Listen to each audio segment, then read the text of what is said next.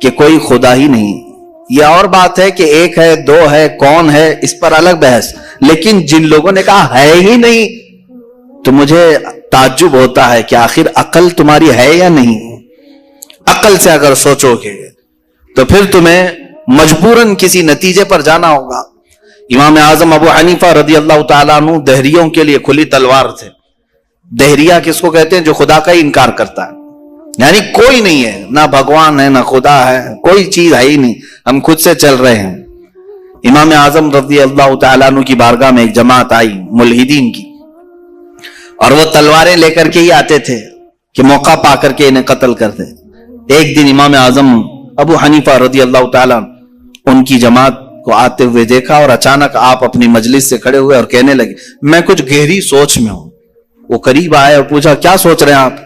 کہا کہ میں نے سنا ہے کہ ایک سمندر میں کشتی چل رہی ہے اور اس پر سامان خود سے لد جاتا ہے, اور بڑی برابر منزلوں پر وہ رکتی ہے اور اپنا سامان خود ہی اتارتی ہے, نہ اسے کوئی چلاتا ہے, نہ لوڈنگ ان لوڈنگ کرنے والے کوئی مزدور ہیں, وہ خود بخود سامان لیتی ہے, خود بخود سامان اتارتی ہے. یہ روبوٹک دنیا بھی نہیں تھی اس وقت کہ وہ یقین کر لیتے, سائنسی دنیا بھی نہیں تھی اس وقت. تو ان دہریوں نے کہا کیا مذاق کر رہے ہیں آپ کہ سمندر میں کشتی بغیر ملاح کے بغیر کیپٹن کے چل رہی ہے اور خود سامان لوڈ کر رہی اتار رہی ہے, ہمارے ساتھ مذاق کر رہے ہیں آپ؟ ہم عقل والے لوگ ہیں, آپ کی اس بات پر کوئی بیوقوفی یقین کر سکے گا. امام اعظم ابو حنیفہ رضی اللہ تعالیٰ عنہ فرماتے ہیں اتنی جب تجھے عقل ہے کہ ایک کشتی سمندر پر بغیر کسی چلانے والے کے نہیں چلتی, تو یہ پورے کائنات کا نظام بغیر چلانے والے کے کیسے چل سکتا ہے؟ برابر وقت پر سورج کا طلوع ہونا, برابر وقت پر سورج کا غروب ہو جانا, چاند کا اپنی منزلوں پر چلنا, اور یہ سمندروں کا برابر اپنے مدار میں رہنا, اور یہ زمین کا طرح طرح کے پودے اگنا, اس میں پھول کا آنا, پھلوں کا آنا, یہ کیا اللہ کے ہونے کی نشانیاں نہیں ہے؟ کوئی تو ہے جو یہ سارا نظام چلا رہا ہے. ہاں تم یہ کہہ سکتے ہو کہ مشینیں ہم چلا رہے ہیں, پنکھے ہم چلا رہے ہیں, لائٹ ہم چلا رہے ہیں, چلاؤ دنیا کی ساری مشینیں چلاؤ, لیکن میں اگر ایک فیلڈ میں آؤں ان دہریوں سے پوچھتا ہوں. امام شافعی رحمۃ اللہ علیہ نے کیا جواب دیا؟ میں چاروں اماموں کی بات بتا دیتا ہوں. چاروں اماموں نے رب ذوالجلال کے وجود کے متعلق کیا کیا کہا ہے. امام مالک نے تو یوں فرمایا, آپ سے پوچھا گیا کہ خدا ہے, انہوں نے کہا ہاں. کیا دلیل کیا ہے؟ کہتے ہیں کہ زبانوں کا مختلف ہونا, انسانوں کی زبانوں کا الگ الگ ہونا اور الگ الگ نسلوں کا ہونا, یہ اللہ کے وجود کی دلیل ہے. امام شافعی سے پوچھا گیا آپ کوئی دلیل دیں گے کہ کوئی ہے؟ آپ نے کتنی پیاری بات فرمائی. ارشاد فرماتے ہیں شہتوت کا درخت دیکھا ہے؟ شہتوت کا درخت آپ نے دیکھا ہے؟ شہتوت جو ہے بہت باریک باریک سے پھل ہوتے ہیں, میٹھے ہوتے ہیں, اور اس کا پتا جو ہے وہ کئی قسم کے جانور کھاتے ہیں. شہتوت کے پتے کو شہد کی مکھی بھی چوستی ہے. شہتوت کے پتے کو گائے بکریاں بھی کھاتی ہیں, ہرن بھی کھاتی ہے. یہ سب کے سب شہتوت کے پتے کو کھاتے ہیں. شہتوت کا پتا ایک رنگ کا ہوتا ہے, ایک ہی ٹیسٹ کا ہوتا ہے. امام شافعی فرماتے ہیں شہد کی مکھی اسی شہتوت کے پتے پر بیٹھتی ہے, چوستی ہے, اور اپنے چھتے میں جا کر کے شہد اگل رہی ہے. بکریاں اور گائے اس شہتوت کے پتے کو کھاتی ہیں, مینگنیاں ڈال رہی ہیں یا دودھ دے رہی ہیں. اسی شہتوت کے پتے کو ہرن کھاتی ہے.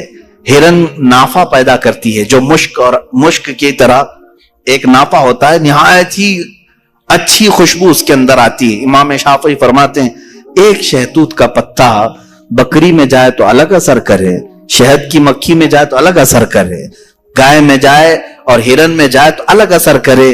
آخر ایک شہتوت کے پتے سے نافع, دودھ اور شہد بناتا کون ہے؟ بناتا کون ہے؟ اسی میں امام شافعی فرماتے ہیں ہم روٹی کا ایک ٹکڑا کھاتے ہیں, روٹی کا ایک ٹکڑا کھاتے ہیں, اندر جسم میں یہ روٹی جانے کے بعد آپ سب کو معلوم ہے اس میں سے کچھ حصہ گوشت بنتا ہے, کچھ حصہ خون بنتا ہے, کچھ حصہ پیپ بنتا ہے, کچھ حصہ منی بنتا ہے, باقی کا بچا ہوا فضلہ پخانہ بن کر نکل جاتا ہے. ایک روٹی گیہوں کی کھاؤ, جو کی کھاؤ, جوار کی کھاؤ, روٹی ایک ہی طرح کی ہے, اور اس سے گوشت کون بناتا ہے؟ خون کون بناتا ہے اور پیپ کون بناتا ہے, منی کون بناتا ہے, سب کی الگ الگ قسمیں ہیں. امام شافعی فرماتے ہیں تمہاری ہزاروں مشینیں ایک طرف, لیکن اندر جو نظام چلاتا ہے وہ کوئی تو ایک ہے, کوئی تو ہے. تمہیں ماننا ہوگا. میں دہریوں کے متعلق کہہ رہا ہوں, جو ملحدین ایتھسٹ ہیں, جن کا کہنا ہے کہ کوئی ہے ہی نہیں, کوئی خدا ہی نہیں, تو ان سے میں کہتا ہوں کوئی بتاؤ تو صحیح آخر یہ چلا کون رہا ہے, یہ کون چلا رہا ہے, ہمارے جسم کے اندر کا نظام کون چلا رہا ہے. اور قرآن نے انہی کی طرف بار بار اشاروں میں بتایا ہے آیات میں کہ کیا تم دودھ کو نہیں دیکھتے, دودھ کہاں سے پیدا ہوتا ہے. کہ اللہ تعالیٰ فرماتا ہے کہ ہم نے دودھ کو گائے کے خون اور اس کے گوبر کے بیچ میں سے پیدا کیا ہے. اس کا فضلہ گائے کا گوبر ہے پیٹ کے اندر, اور اس کا خون بھی ہے. خون نہایت ہی سرخ, گوبر نہایت ہی الگ رنگ کا, اور اس کے بیچ سے صاف و شفاف دودھ کا نکلنا. دودھ آتا ہے, نہ کبھی اس میں گوبر کی بو آئی, نہ کبھی خون کا رنگ آیا. قرآن کہتا ہے آخر یہ کون ہے جو اس طرح صاف ستھری غذا نکالتا ہے تمہارے لیے. کیا شہد کی مکھی کو نہیں دیکھتے؟ قرآن کہتا ہے جب وہ ڈنک مارتی ہے تو اس کے زہر کا کوئی علاج نہیں ملتا. شہد کی مکھی اگر ڈنک مارے تو زہر چڑھ جاتا ہے اور کئی لوگوں کی موت بھی ہوتی ہے, لیکن وہی اپنے چھتے پہ بھی تھوکے تو وہ نہایت ہی میٹھی غذا ہے, نہایت ہی میٹھی غذا ہے.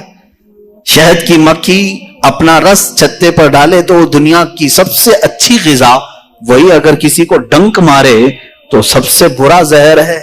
اعلیٰ حضرت رضی اللہ تعالیٰ عنہ نے اپنے آپ کو یوں فرمایا ہے کہ میں وہ شہد کی مکھی ہوں جس کی مٹھاس کا بھی جواب نہیں, جس کے ڈنک کا بھی جواب نہیں. یہ تو ضمناً میں نے بات عرض کی. خدا قدیر و جبار کے وجود پر میرے عزیزو ایک دو نہیں لاکھوں مثال